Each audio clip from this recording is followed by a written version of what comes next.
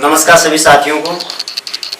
मैं OP Dhaka SSC classes Sikar से आप सभी साथियों का एसएससी क्लासेस के इस यूट्यूब चैनल में हार्दिक स्वागत है, अभिनंदन है। अपन ने पीछे वाले कक्षा में साइंस का जो पॉइंट था अमल अक्सार लवण वो कंप्लीट किया था अपन ने। पीएच स्केल और उदासीनीकरण अभिक्रिया यानी जो भी आपका अमल अक्सार लवण में जो पॉइंट थे वो अपन ने कंप्लीट क्लियर कर लिए थे पीछे वाले कक्षा में और पॉइंट पूरा हो गया था। अब मैं आपको अमल अक्सार लवण के इम्पोर्टेंट 15 क्वेश्चन बताता हूँ। उन क्वेश्चन को आप बढ़िया तरीके से समझना, पट्टी आपको दिखेगी, आप साथ में हल करते जाना, ठीक है, और समझते जाना भाई क्वेश्चन।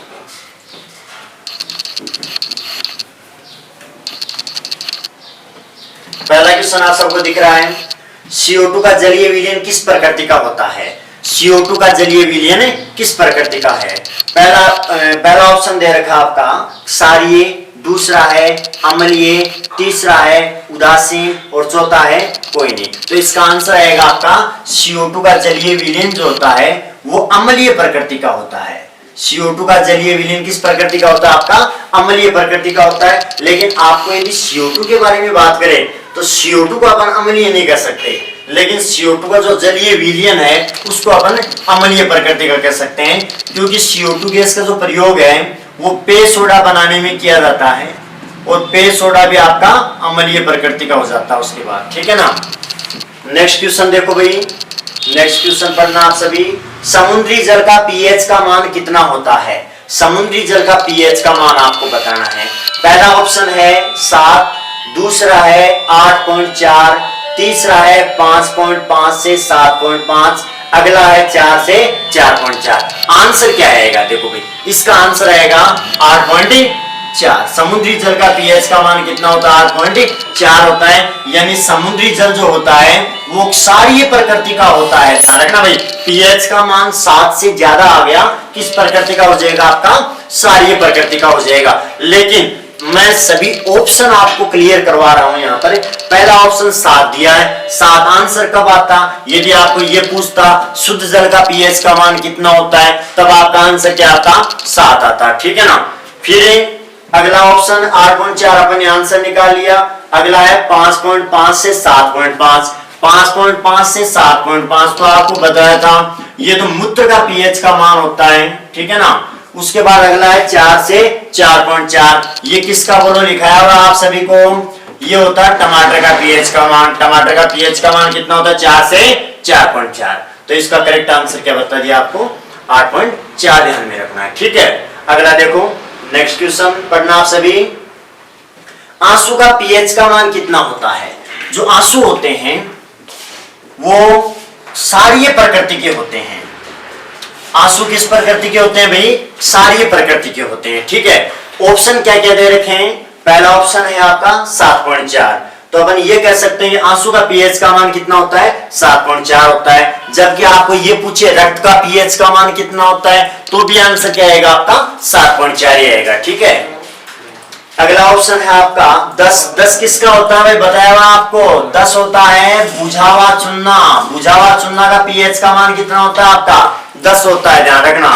अगला है इसमें 0, बोलो 0 किसका पीएच का मान होता है? HCl हाइड्रोक्लोरिक अम्ल नमक का तेजाब का पीएच का मान क्या होता है? आपका 0 होता है। उसके बाद अगला ऑप्शन है डी नंबर ऑप्शन है 14। 14 किसका होता है भाई?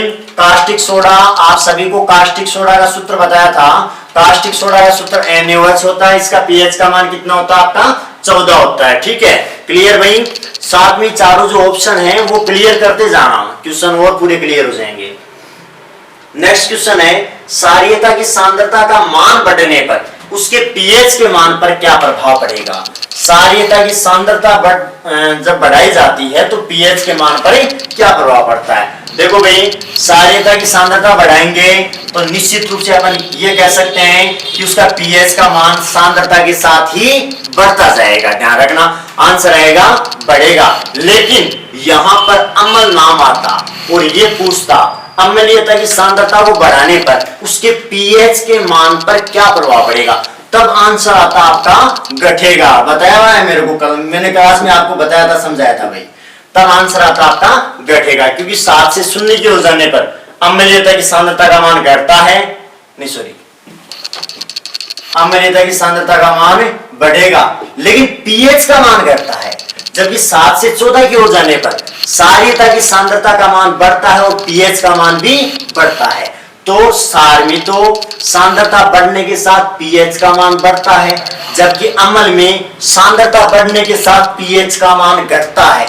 यहाँ पर क्वेश्चन में आपको ये पूछा गया है कि क्षारीयता की सांद्रता को बढ़ा दिया जाए तो पीएच के मान पर क्या प्रभाव पड़ेगा। भाई क्या आएगा आंसर, बढ़ने के साथ बढ़ेगा। आरेख से बढ़िया तरीके से क्लास में समझाया हुआ है भाई, सभी बच्चों को ध्यान में रखना।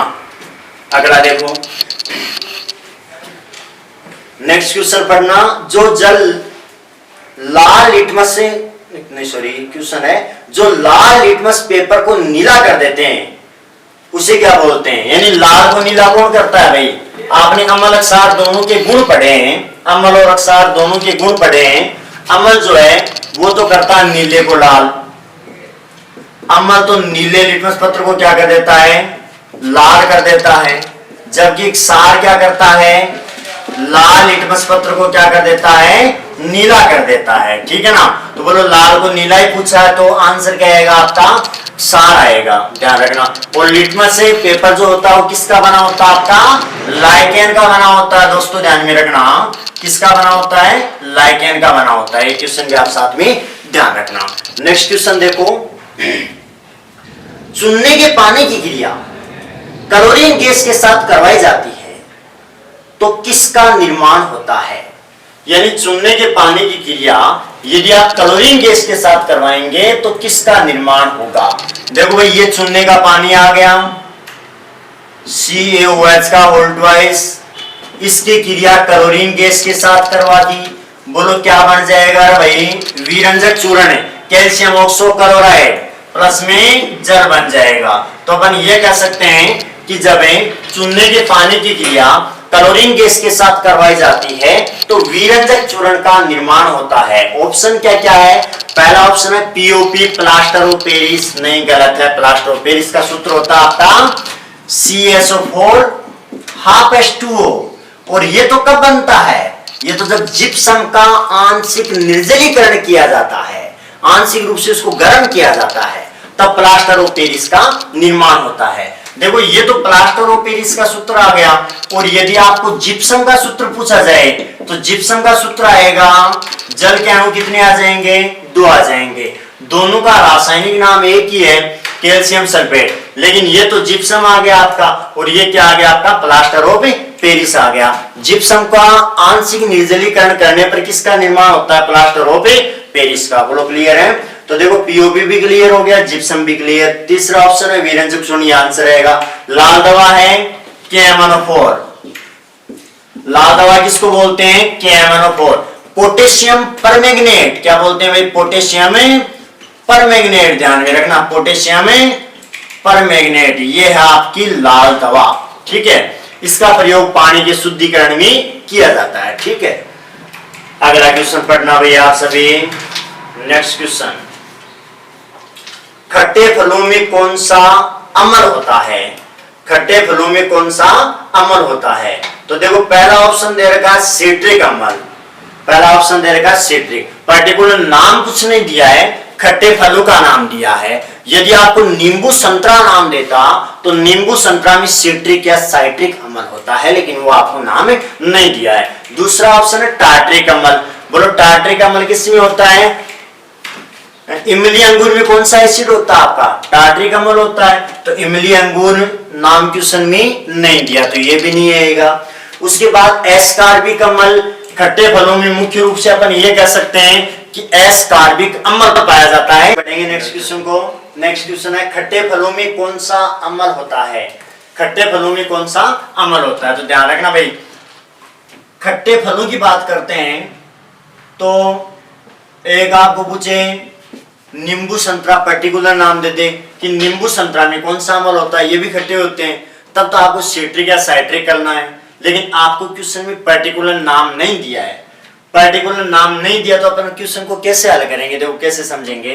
तो पहला दिया ऑप्शन सिट्रिक अम्ल, ये आंसर नहीं आएगा क्योंकि नींबू संतरा जब आपको नाम देता है तब आता है सिट्रिक या साइट्रिक अम्ल। ठीक है, दूसरा ऑप्शन है आपका टार्ट्रिक अम्ल। इमली या अंगूर नाम देता है आपको। इमली या अंगूर में कौन सा अम्ल होता है आपका? टार्ट्रिक अम्ल होता है। उसके बाद तीसरा है एस्कार्बिक अम्ल। ये करेक्ट आंसर है, क्योंकि खट्टे फलों में मुख्य रूप से कौन सा एसिड होता है आपका? एस्कार्बिक अम्ल होता है। कौन सा होता है भाई? एस्कार्बिक अम्ल होता है।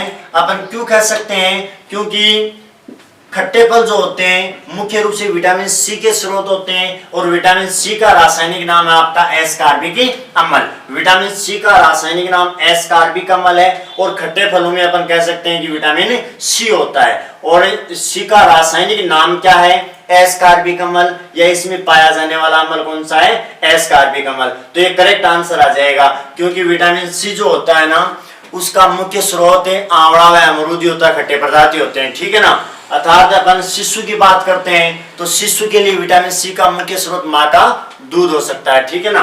अगला क्वेश्चन देखो भाई। अगला क्वेश्चन से पहले चौथा ऑप्शन भी क्लियर कर दूं। चौथा ऑप्शन है इसमें कैल्सीफेरॉल। कैल्सीफेरॉल किसको बोलते हैं भाई? अगर आपको दे विटामिन डी का रासायनिक नाम क्या है? विटामिन डी का रासायनिक नाम है कैल्सीफेरॉल। ध्यान रखना भाई, विटामिन डी का रासायनिक नाम क्या है? कैल्सीफेरॉल। नेक्स्ट क्वेश्चन पढ़ेंगे भाई आप सभी। नेक्स्ट क्वेश्चन है किडनी का वजन कितना होता है? किडनी का वजन आपको बताना है कि किडनी का वजन होता है। तो पहला ऑप्शन देखो भाई, किडनी का वजन तो आप सीधे बता देंगे।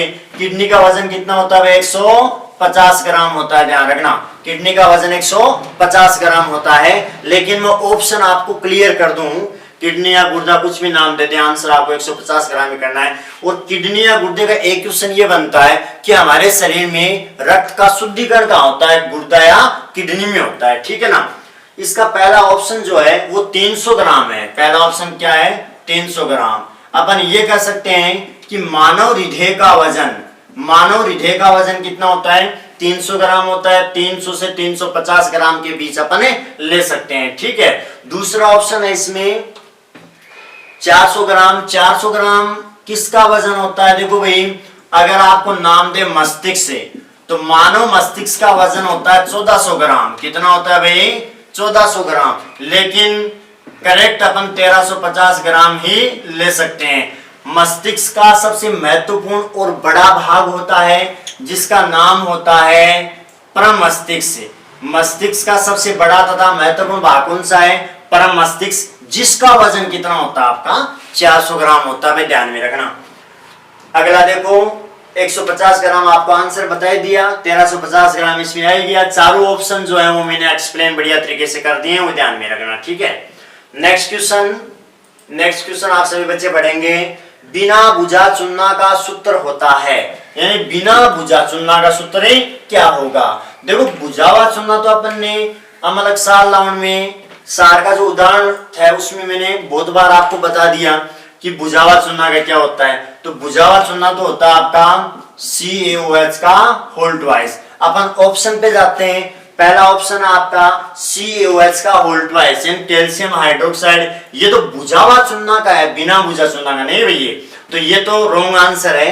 नेक्स्ट ऑप्शन है CaOCl2। अभी थोड़ी देर पहले मैंने रिएक्शन आपको बताई थी, अभिक्रिया बताई थी।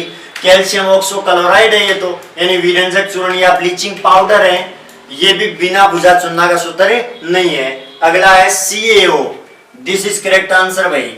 ये है कैल्शियम ऑक्साइड।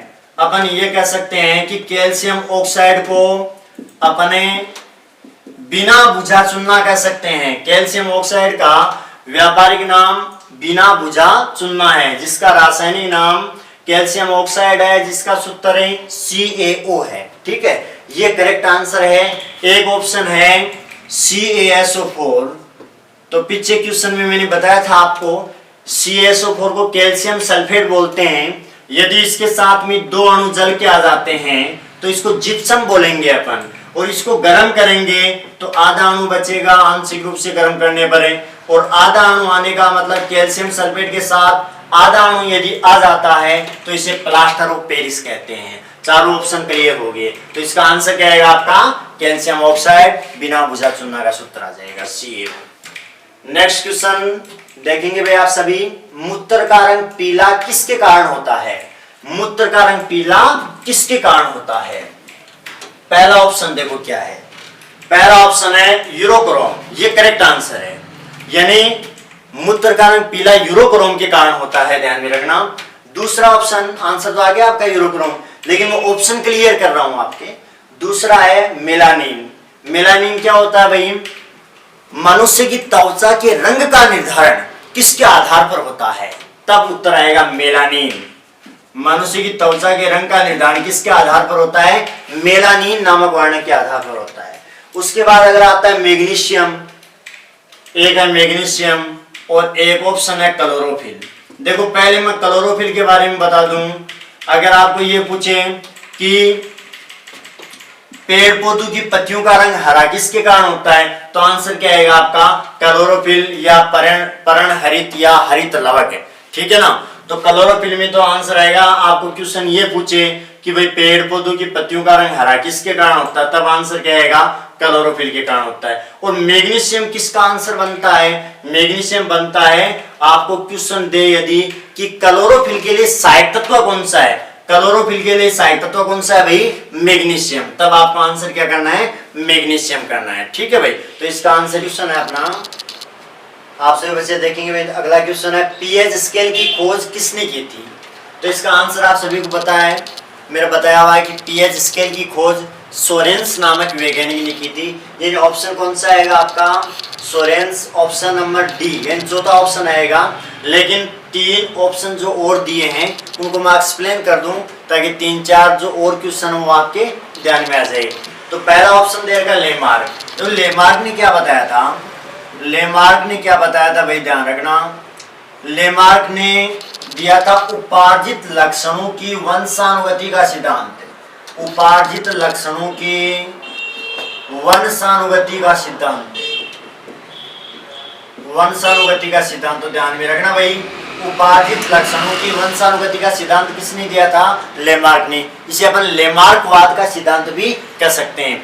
हालांकि एक पॉइंट इसके आगे और बनता है, आपको क्वेश्चन में ये पूछे कि लेमार्कवाद के सिद्धांत का खंडन किसने किया था, अर्थात उपार्जित लक्षणों की वंशानुगति के सिद्धांत का खंडन किसने किया था, तो वहां आंसर आएगा आपका विजमैन ने किया था।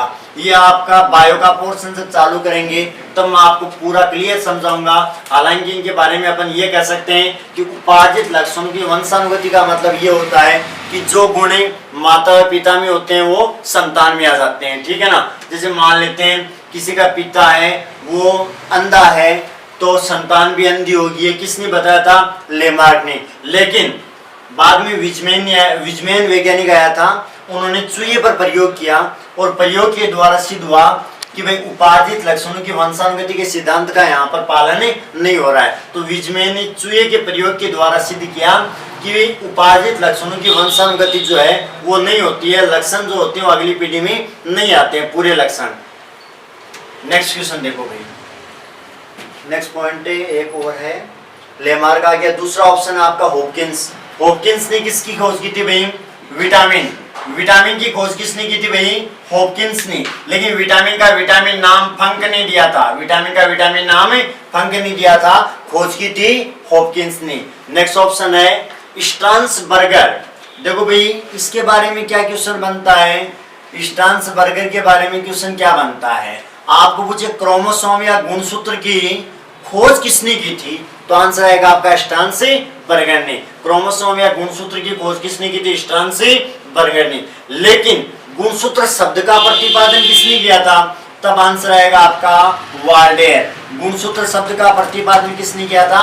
वाल्डेर ने किया था। इस प्रकार इनसे रिलेटेड जो भी क्वेश्चन बनते हैं वो पूरा आप ध्यान में रखना। हालांकि ये लेमार्कवाद का सिद्धांत, डार्विनवाद का सिद्धांत, ये बायो के पोर्शन में मैं आपको कंप्लीट करवा दूंगा, लेकिन क्वेश्चन है वो एक बार आप ध्यान में रख लेना, ठीक है भाई। नेक्स्ट क्वेश्चन देखेंगे आप सभी। जब किसी अमल की क्रिया धातु के साथ करवाई जाती है तो जिसका निर्माण होता है वह है, यानी जब अमल की क्रिया अपन किसके साथ करवाएंगे?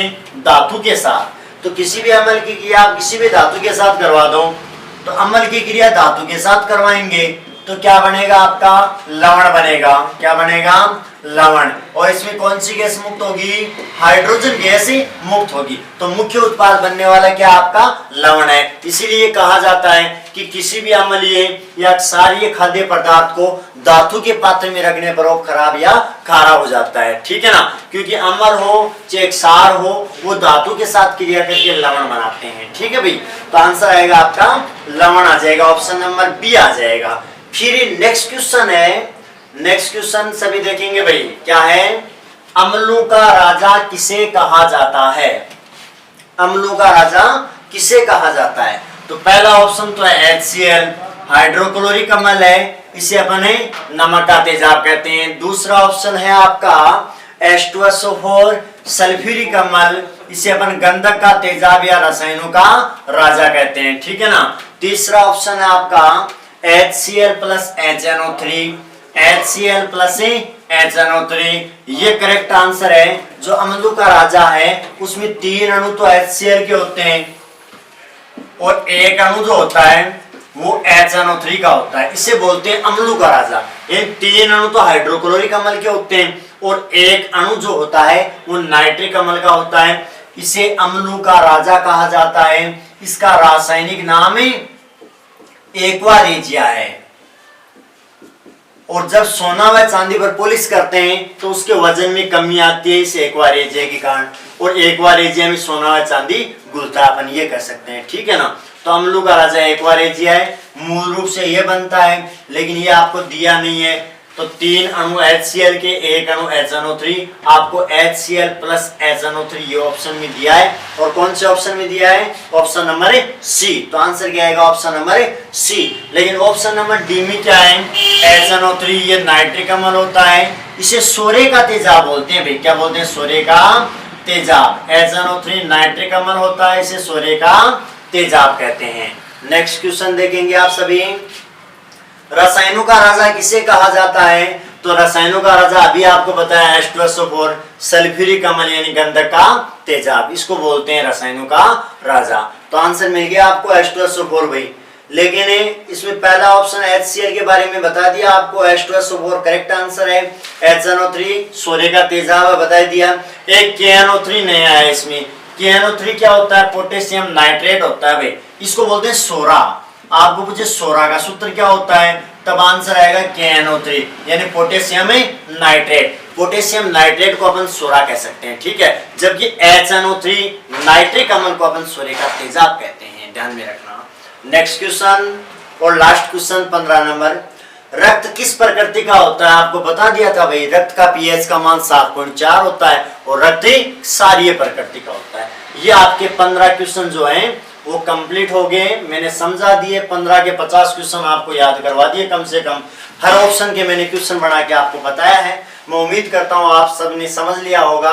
दोबारा वीडियो देखना, अच्छी तरह से समझना भाई। और ये 15 क्वेश्चन जो हैं वो SSC क्लासेस सीकर के नाम से अपना टेलीग्राम चैनल है उस पे डाल दिया है, तो सभी बच्चे नोट्स को पढ़ लेंगे। 15 क्वेश्चन जो है वो डाल दिए। अपना साइंस का अगला पॉइंट अपन लेते हैं रासायनिक गैस। आज मैं कुछ बातें बता देता हूँ, उसके बाद बाकी जो बचे वो अपन कर पढ़ लेंगे। तो रासायनिक गैस जो होती है उसमें सबसे पहला पॉइंट लेते हैं अपन CO।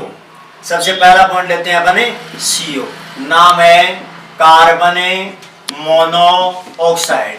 CO का नाम क्या है? Carbon monoxide. ध्यान रखना भाई, CO का नाम है कार्बन मोनोऑक्साइड।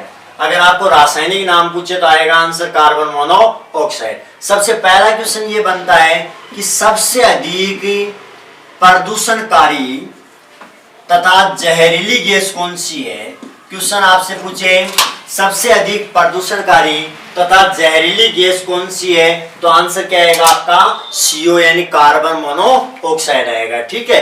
फिर आपको ये पूछे कि धुआं जो होता है गाड़ी मोटरों का, धुएं में कौन सी गैस होती है भाई? गाड़ी मोटरों के धुएं में कौन सी गैस होती है? CO यानी कार्बन मोनोऑक्साइड गैस होती है। इसके अलावा अपन ये कह सकते हैं कि जो CO गैस है, कार्बन मोनोऑक्साइड गैस है, यह ऐसी गैस है जो वायु में निरंतर जलती रहती है, यानी वायु में लगातार जलती रहती है, वायु में निरंतर जलती रहती है। अर्थात वायु में लगातार जलती रहेगी, तो अपन ये कह सकते हैं कि कभी भी इसका पूर्ण दहन नहीं होता है, और पूर्ण दहन नहीं होने के कारण ये सबसे ज्यादा प्रदूषण फैलाती है, क्योंकि इसमें कार्बन की प्रतिशत मात्रा भी सबसे ज्यादा होती है। क्लियर है भाई। उसके बाद देखो भाई, सीओ का एक क्वेश्चन ये बनता है कि भाई जो जहरीली शराब होती है ना, जहरीली शराब को अपन बोलते हैं मेथिल अल्कोहल, यानी जहरीली शराब। जहरीली शराब का नाम होता है मेथेनॉल या मेथिल अल्कोहल। एक ही बात है, मेथेनॉल नाम दे दें या मेथिल अल्कोहल नाम दे दें। इनका सूत्र क्या बनेगा? इनका सूत्र बनेगा CH3OH। मेथिल अल्कोहल या मेथेनॉल का सूत्र क्या होगा? CH3OH। उस जहरीली शराब के निर्माण में एक तो CO आता है काम में, कार्बन मोनोऑक्साइड, और एक हाइड्रोजन। यानी जहरीली शराब जो होती है वो कौन सी गैस से मिलकर बनी होती है? कार्बन मोनोऑक्साइड तथा हाइड्रोजन। हाइड्रोजन तो ईंधन का काम करता है, ठीक है। CO कार्बन मोनोऑक्साइड ये जहरीली गैस होती है, इस कारण ये आघात बहुत ज्यादा पहुंचाती है भाई, ठीक है ना।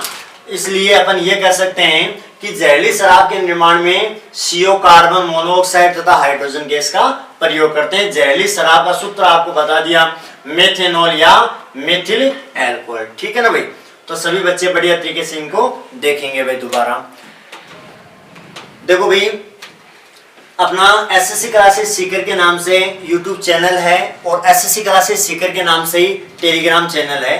आप सभी बच्चे इनको ज्यादा से ज्यादा शेयर करेंगे अपने दोस्तों के पास, ठीक है, और सब्सक्राइब करेंगे, ताकि जैसे अपन क्लास चालू करते हैं आपके पास नोटिफिकेशन पहुंच जाए, आप क्लास का ज्यादा से ज्यादा जो फायदा है वो उठा सके। क्योंकि यहाँ पर जो पॉइंट चालू कर रखे हैं वो कंप्लीट सिलेबस करवाएंगे। अगर एक बार क्लास चालू कर दी है तो सिलेबस आपको पूरा करवाया जाएगा, चाहे मैथ हो चाहे साइंस हो। और जब जीके क्लास चालू करेंगे तो आपको जीके का पोर्शन भी कंप्लीट करेंगे, ठीक है ना, कंप्लीट करवाएंगे आपको।